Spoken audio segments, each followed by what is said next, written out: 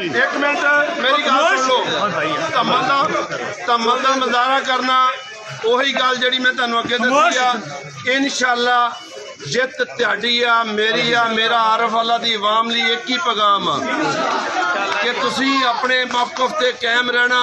मेरी जान मेरा खून इस आरफ वाले लई तुहाडी अवाम लई हर टाइम तैयार आ। मेरे खून के आखिरी कतरे च भी एक ही आवाज होएगी कि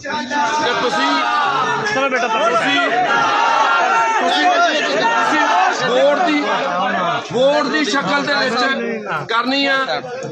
ते मैं एक पैगाम खास कर DPO पाकपतन के नाम जरूर दांगा कि सर कदों तक जुल्म चलेगा। मैं बेगना आदमी हाँ। मैं इंशाअल्लाह क़यामत वाले दिन तुहाडे गुरेबान नूं जरूर फड़ांगा कि DPO साहब तुसी अल्लाह नूं जान देनी। मेरे नाल